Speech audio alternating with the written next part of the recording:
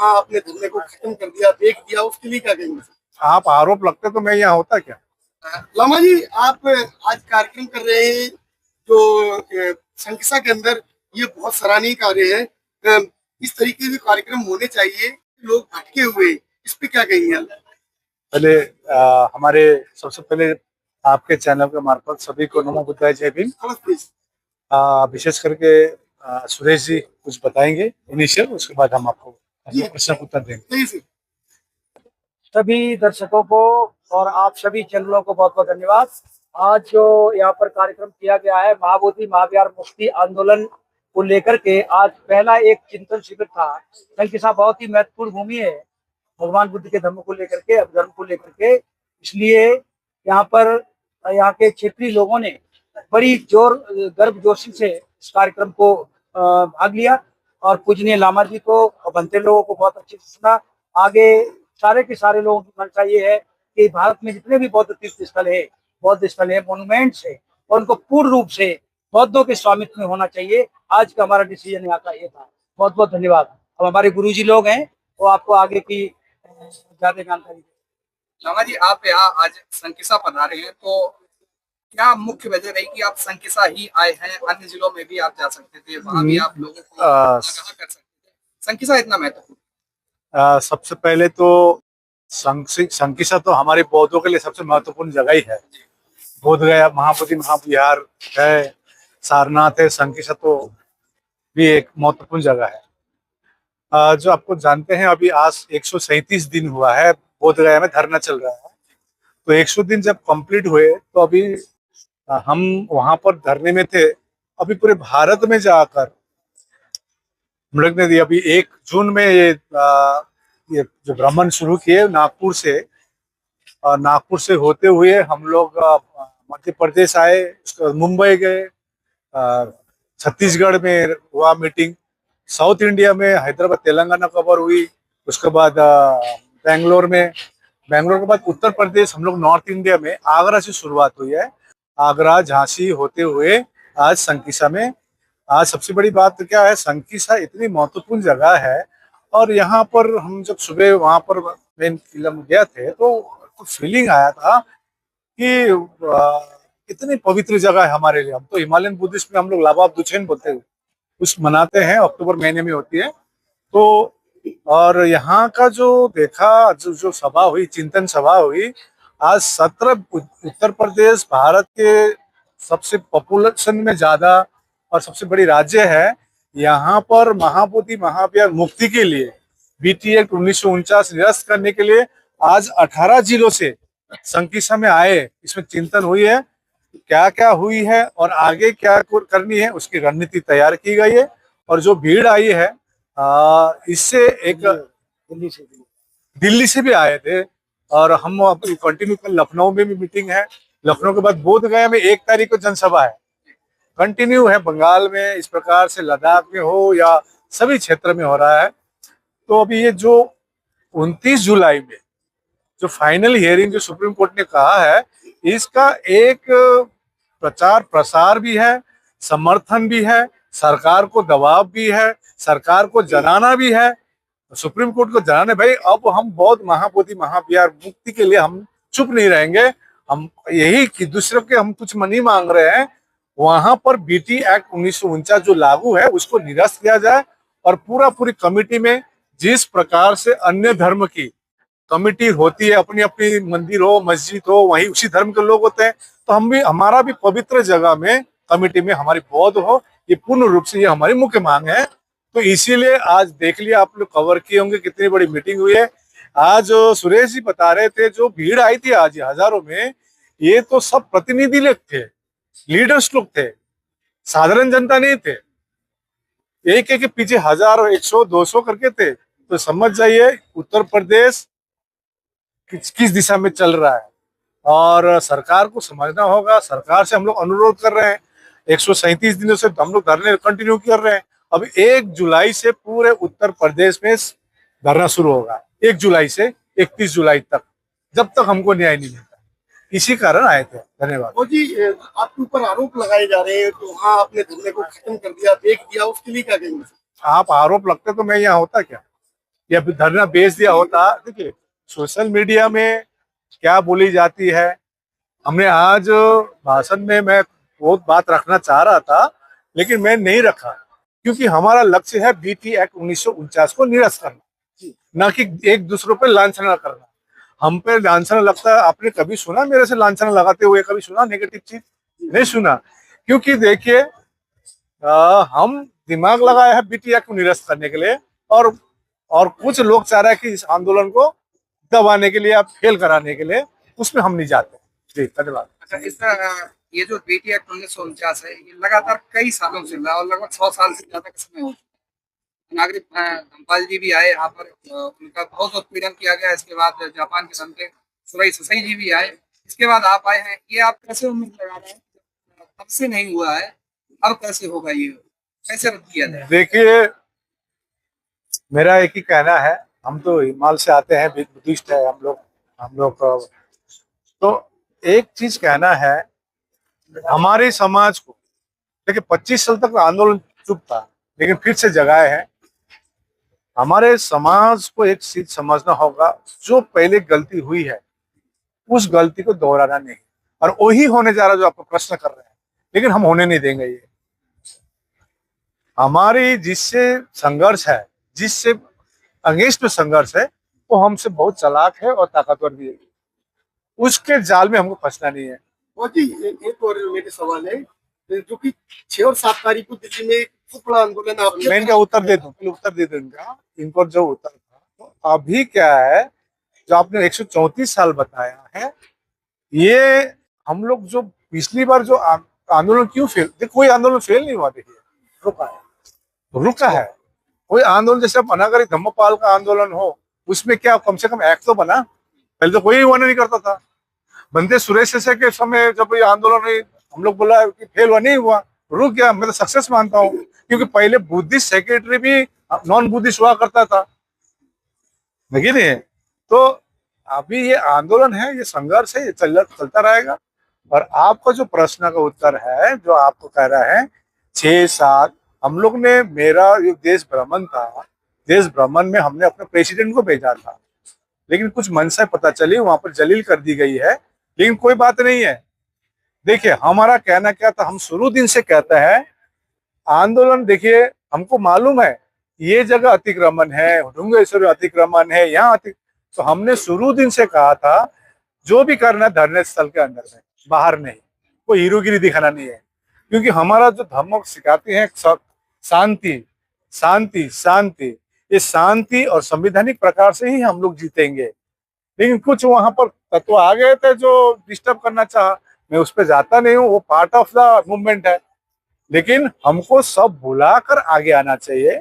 In fact उनको कुछ मन में दुख है तो आए, जैसे मान लीजिए कल ही हम बात किए, हम बोला आइए बुद्ध गया आए, हम दिल्ली नहीं आएंगे क्योंकि लड़ाई है बुद्ध गया में। देखिए और मेरा प्रश्न है, जैसे दिल्ली के अंदर जो भारतीय बौद्ध महासभा एक संगठन बना है, जो आपके द्वारा ही बनाया गया था, आप ना पहुंचे, आपकी अनुपस्थिति में, अब उसको जो राजेंद्र पाल गौतम जी के सुपुर्द कर दिया गया, उसको आप कैसे देखते हैं? देखिए कोई सुपुर्द नहीं किया गया, आंदोलन कौन शुरू किया है या आंदोलन कहाँ गया नहीं है, हम तो अभी भी बोल रहे आइए, अभी हम कल बात किए जिसका नाम लिया आपने, हाँ जिसका, अब आइए 9 तारीख आने वाले हैं, आइए आके यहाँ पर देखिए। एक्चुअली क्या है ना, मैंने तभी भाषण में भी कहा था, कंपटीशन नहीं कोऑर्डिनेशन। मैंने एक चीज कहा था, शायद आप लोग समझे नहीं समझे, कंपटीशन नहीं कोऑर्डिनेशन। हम अभी आज के डेट में बोलता आइए बुद्धगया में धरना हो रहा है, वहां पर आइए बैठ के आगे का क्या रणनीति तैयार करते हैं, क्योंकि लक्ष्य दूसरा है। लक्ष्य है कमेटी बनाना नहीं है, लक्ष्य कोई दूसरा से आंदोलन जारी करते नहीं है, लक्ष्य है बीटी एक्ट को निरस्त करना।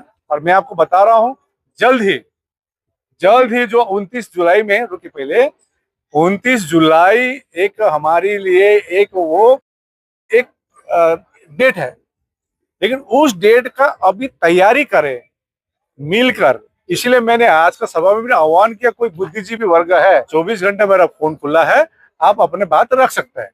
उस पे क्या आप लोग ऐसा कुछ करने जा रहे हैं जो कि देश को एकजुट हो जाना चाहिए? देखिए 29, आपको मालूम है 2012 में भंते सुरेश देसाई ने रिट पिटीशन फाइल किया था, अभी तक सुनवाई नहीं हुई।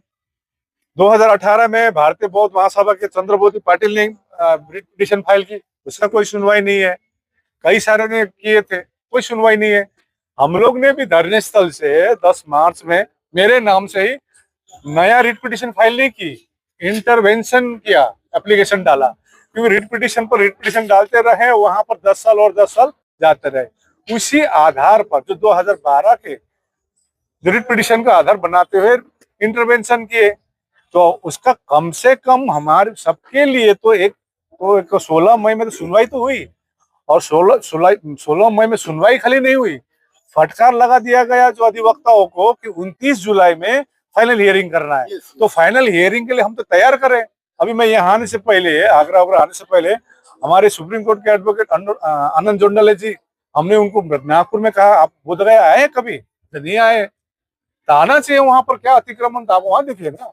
तो आए थे, पूरा तैयारी, भूख सुख सब रेडी है, हम अपना तैयारी में बचे हुए हैं। जी आपके समाज के जो बौद्ध हैं जितने भी, वो एकजुट होने चाहिए, लेकिन आपके जो समाज के एक बौद्ध भिक्षु जो जेल में बंद है, वो उनके लिए क्या कहेंगे? देखिए, कल आपने व्हील ऑफ बाबा साहब चैनल जो है ना, वो देख लीजिए, क्या स्पष्टीकरण। देखिए, फेसबुक व्हाट्सएप में आंदोलन नहीं होती है, धरातल में होती है, ठीक है ना। वो जो आप जिस श्रावणी की बात कर रहे हो, हमारे पास में है डॉक्टर चंद्र की, उन्हीं के शिष्य है। कितने बार हाँ, वो श्रावणेर है, कितने बार बताया उन्होंने, कितने बार समझाने की कोशिश किया गया कि आप, मैंने तो इवन वहां पर कहा आप सामने बैठ के धरना कीजिए, लेकिन खाली फोटो साथ में खिंचाकर करना हो तो लोग समझते हैं। लेकिन उस रात को हमारी बात यदि सुनी जाती, आज बाहर होता।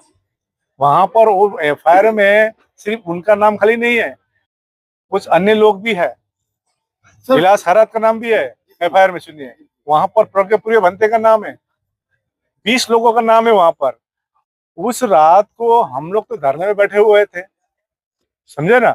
रात को धरने में बैठे हुए तो 8:30 बजे करीब वो आए। तो वो आकर हमने उनको कहा आप ये धरने में बैठिए, पीछे बैठिए, शांति से हम बचाएंगे, या आप बोधगया छोड़ के चले जाए, क्योंकि आज सब बाहर है। देखिए, सब बाहर है, खाली विनेचर अंदर है। अब आपको बता रहा हूं, हमने इमीडिएटली जब पकड़ा गया, इमीडिएटली मेरा एडवोकेट अशोक वर्धन को फोन किया, जैसे भी हो इनको, इसको मदद करे। कल आप व्हील ऑफ बाबा साहब चैनल देखेंगे, वो अशोक वर्धन जी का क्या बात हुई उसने बताया। देखिए, मैं प्रतिक्रिया ज्यादा नहीं देता हूँ। भारत जब आजाद हुआ है, उसमें कई लोगों की बलिदानी है, लेकिन लक्ष्य क्या है? भारत देश आजाद होना। कल मेरा जान जा सकता है इस आंदोलन में, व्यक्ति इंपॉर्टेंट नहीं है, मिशन इंपॉर्टेंट है। तो आज उनके लिए पीड़ा हम भी है। अभी आप क्या बोलेंगे? अभी 24 तारीख की हियरिंग था, हमने अपने एडवोकेट को बताया, हमारा एडवोकेट बता रहा था कुछ पावर दे हमको, हम कुछ काम करेंगे। वो 3 एडवोकेट लगाया हुआ है, और 24 अभी जून में अभी विड्रॉ किया है। विड्रॉ को क्या कारण है तो हम उसमें नहीं जाते हैं। हमारा एक ही लक्ष्य है, बीटी एक्ट इस पर निरस्त हो। हम आज ये भी आह्वान किए कि साथ में आएंगे, लड़ेंगे, जीतेंगे। लेकिन मैंने आपको कहा कि हमारे जो जिससे लड़ाई है, हमसे ताकतवर है, रणनीतिकार है, तो हमारे लोग को काम पे लगा दिया जाता है। और काम पे लगा, आपको ये भिक्षु बनते यहाँ पर है। अभी हम बैठ के बात कर रहे थे, धरने को उठाने के लिए क्या क्या प्लानिंग की गई एक संस्था के द्वारा, हमें सब मेरे को मालूम है। वहां से 150 मीटर दूर किसकी मीटिंग हो रही है, वो धरने से किस किस को परेशानी हो रही थी, कितनी प्लानिंग की गई, कभी इंडिया पाकिस्तान को दिखाकर, लड़ाई को दिखाकर। तो बहुत बातें हैं, जितने बातें कम करेंगे, काम ज्यादा करेंगे, रिजल्ट पॉजिटिव आएगा। ठीक, थैंक यू। क्या आप लोग संकिसा जो है, ये भी कई जैसे बोधगया विवादित है, वैसा ही यहाँ पे मुझे नहीं पता हकीकत क्या है, लेकिन मैंने सुना है कई बुद्धिजीवियों से कि यहाँ पे तथागत बुद्ध की अस्थियां रखी हुई हैं, और साल में एक बार यहाँ पर कार्यक्रम होता है, और उस कार्यक्रम के दौरान भी यहाँ के कुछ अराजक तत्व हैं उसमें व्यवधान डालते हैं। देखिए, तो इसे किस तरह से देखेंगे? क्या देखिए, पहले हम लोग महाबोधि महाविहार मुक्ति के लिए हम लोग इसी मीटिंग था, आज सुबह गए। वो बाहर में तो गवर्नमेंट से एक तो लगा हुई है कि कोई भी छेड़खानी ना करे। छेड़खानी करेगा 2 साल का पनिशमेंट है और 1 लाख का जुर्माना है लिखा हुआ है। लेकिन हमने आंखों प्रत्यक्ष रूप से देखा पूरा छेड़खानी। और जी लेकिन अभी आप संख्या में भी एक जो बौद्ध स्तूप है वो पूरा नष्ट कर रखा है। वहाँ हनुमान की मूर्ति रखी हुई पूजा हो रही है। जैसे बुद्ध विहार में संख्या हो रही है उसी तरीके से बिहार में हो रहा है। इसे कैसे दोनों को देख रहे हैं आप? आपको मैं बताऊं, आपका नाम क्या है? मेरा अरविंद कुमार अम्बेडकर। अम्बेडकर है, तो आप 1956 के बाद ही अम्बेडकर बने होंगे, है कि नहीं? हमारे लोगों शिक्षित हो जा पहले। आज मौर्य समाज अम्बेडकर, बाबा साहब अम्बेडकर ने तो आपको जो धम्म दिया आप तो अपना नहीं रहे थे। तो गलती दूसरों का नहीं, गलती अपना ही है। ज्यादा कुछ नहीं करना, अपने लोगों को शिक्षित करना। आज सुबह बैठ के हम लोग प्लानिंग कर रहे थे सूरज जी से। देखिए खाली व्हाट्सएप और फेसबुक में आंदोलन नहीं होती है, कई बैठ के रणनीति होती है। जो हमसे जो है ना, वो जनसंख्या कम हो सकता है लेकिन हमसे दिमाग ज्यादा है। हम तो बोलते हैं 90%, 90%। क्या चीज का 90%? अब ये 90% जो है, 90% को अब हमको बताना होगा भाई आपका विरासत क्या है, आपका इतिहास क्या है। कौन है सम्राट अशोक? महापुरुष है कितना है। मैं कल कहाँ पर मीटिंग था, झांसी में, हमने कहा वहां पर क्योंकि ये अपना क्या नाम है इनका, यहाँ पर झांसी में जो कार्यक्रम हो रहा था, तो आप लोग ने फूले सिनेमा कितने लोगों ने देखा? हाथ उठाने लगाया तो वहां पर 50% लोगों ने देखा। तो हमने कहा यहाँ पर आज से 20-25 साल पहले एक सीरियल चलता था, पूरा रास्ता सुनसान, कर्फ्यू लगता था, कितने लोगों ने देखता था। रामायण और महाभारत। मैं किसी का नाम नहीं लेता हूँ, ठीक है ना? तो पहले तो आप खुद शिक्षित बनिए, अपना इतिहास समझे, पाखंडवाद से निकले। आज तो जैसे जैसे उन्होंने कहा, हमारे तो फर्स्ट में हमको दान पारमिता के बारे में सिखाई जाती है हमारे धम्म में, और हम लोग ट्रेडिशनल बुद्धिस्ट है, हमारे कोई लोभ नहीं है, बड़े पोस्ट छोड़ के आए हैं। ठीक है, थैंक यू। एक लास्ट क्वेश्चन ये है कि आप फर्रुखाबाद आए हैं, तो यहाँ के बौद्ध समाज को आखिरी संदेश क्या देगा?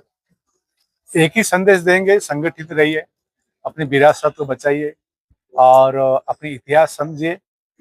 और मैं बार बार कहता हूँ, कंपटीशन नहीं, कोऑर्डिनेशन से कीजिए। अभी जो महाबोधि मुक्ति के लिए अभी आह्वान की गई है कि पूरे देश भर में 1 जुलाई से अपने अपने जगह पर धरने में बैठिए। यदि परमिशन नहीं भी मिल रहा है, अपने बुद्ध विहार में 5 भिक्षु बैठिए, 5 लोग बैठिए और उपासक बैठिए। कम से कम एक सांकेतिक पूरे उत्तर प्रदेश, पूरे देश भर ये हो तो सरकार को एक दबाव जरूर बनेगी। यही आपके यहाँ के स्थानीय सभी को अनुरोध करते हैं। ये लड़ाई किसी एक व्यक्ति की नहीं है या किसी के एक संगठन की नहीं है, ये सबकी है। जितनी मेरी है उतनी आपकी है। तो इसीलिए आप लोग 1 जुलाई से धरने में बैठिए, 31 जुलाई तक देखते हैं। रिजल्ट अच्छा हुआ तो वेल एंड गुड, नहीं होता दूसरा रणनीति तैयार है। धन्यवाद।